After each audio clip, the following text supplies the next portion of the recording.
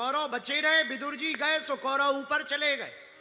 उसी प्रकार तुम्हारे घर में कोई धर्मात्मा भक्त भजनानंदी रहे भैया, तो उसको आप चिढ़ाना मत, भगाना मत, मारना मत, पीटना मत। हो सकता उसी की धर्म की वजह से तुम्हारा घर बचा हुआ हो। विदुर जी अंत तो गत्वा छोड़कर चले गए। बुरा ना मानना, सचिव वैद्य गुरु तीन जो, सचिव वैद्य गुरु तीन जो, प्रिय बोलहि भय आस, राज धर्म तन तीन कर, हो ये बेग ही ना। राज धर्म तन तीन कर, हो ये बेग ही। सचिव, डॉक्टर और गुरु जब तुम्हारे डर के कारण तुम्हारी हाँ में हाँ मिलाने लगे, समझ जाना तुम्हारा नाश होना पक्का है। बोलो सीताराम, जोर से बोलो। विदुर जी चले गए घर छोड़कर। कई दिनों बाद तीर्थों में उद्धव जी मिले। उद्धव जी ने प्रणाम किया, और विदुर जी महाराज क्या हाल है? विदुर जी बोले और तो सब ठीक है, ये बताओ महाभारत का युद्ध हो गया, कौन जीता और कहां हैं तुम्हारे वो बंसी वाले? उद्धव जी की आंखों में आंसू आ गए। क्यों रो रहा महाराज?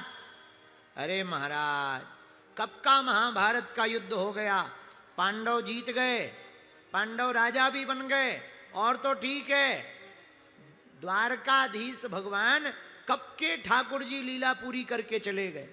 हो, अब तो विदुर जी को भी रोवाया।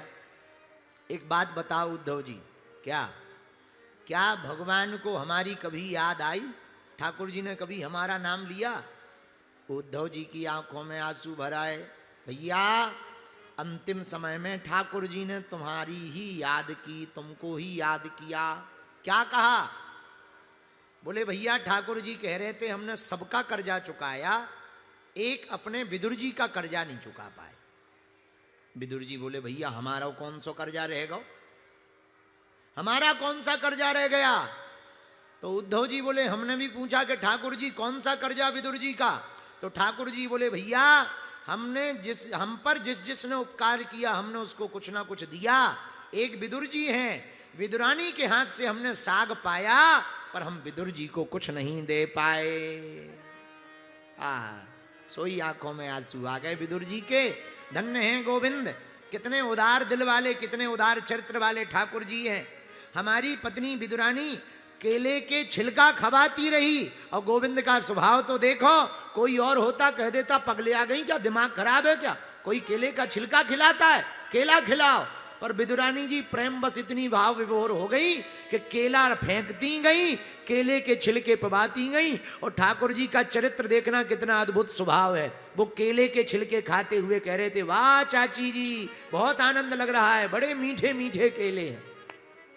विदुर जी की आंखों में आंसू आ गए। धन्य है ठाकुर जी का स्वभाव, धन्य है गोविंद का स्वभाव। भैया और कुछ कहा? हाँ, कही तो बहुत सी बातें, पर बाकी बातें मैत्रेय जी को बताई। सोई मैत्रेय मुनि जी के पास में हरिद्वार में गंगा के किनारे विदुर जी आ गए। महाराज, ठाकुर जी ने कोई उपदेश दिया हमारे लिए? हाँ, बैठो, आपको ही खोज रहे थे। अब प्रश्न किया विदुर जी ने। सुखाय कर्माणि करोति लोको, नातहि सुखम वान्य दुपारमंबा। महाराज, इस संसार में दो चीजें हैं, एक सुख एक दुख। मामला समझ नहीं आता क्या है? बड़ा अच्छा विश्लेषण किया। बोले क्या? बोले दुख की निवृत्ति को सुख कहते हैं, दुख जिस मिट जाए उसको सुख कहते हैं। कैसे? ऐसे समझो, किसी को कांटा लग जाए और जैसे ही कांटा निकले, हा भैया अब तो सुख हो गया। किसी को भूख लगी हो और भोजन करा दो, हा भैया बहुत सुख हो गया। किसी को प्यास लगी हो, पानी पिला दो, हा भैया आनंद आ गया, सुख हो गए, सुखी हो गए, सुखी हो गए, सुखी हो गए। तो सुख किसे कहते? दुख के हट जाने को सुख कहते हैं, और कामना के कांटा लगाने को दुख कहते हैं। दुख क्या है? किसी चीज को पाने की कामना मन में रख लो, इसी का नाम दुख। जैसे किराए के मकान में रहते हो, खुद का मकान होना चाहिए, खुद का मकान होना चाहिए। अब ये तुमने कांटा लगा लिया, जब तक मकान नहीं होगा तब तक दुखी रहो। गुरुजी के हम नजदीक पहुंच जाए, पास आ जाए, ये तुमने कामना का कांटा लगा लिया। अब जब तक आ नहीं जाओगे तब तक दुखी रहो। तो सुख क्या है? दुख की निवृत्ति को सुख कहते हैं और कामना के कांटा को दुख कहते हैं। पर ये दोनों ही शाश्वत नहीं है, इसके ऊपर भी एक है। बोले क्या? बोले सुख के बाप, दुख के बाप का नाम है सुख और सुख के बाप का नाम है आनंद। ये कभी कभी आता है, कभी कभी कोई महात्मा के दर्शन करके या कथा सुनकर या किसी तीर्थालय जाकर या कहीं प्रसाद पाकर हम लोग कहते हैं हा भैया आनंद आ गया। भजन सुनकर कभी कभी कहते ना आनंद आ गया। तो दुख के बाप का नाम सुख, सुख के बाप का नाम आनंद और आनंद के बाप का नाम सच्चिदानंद परमात्मा।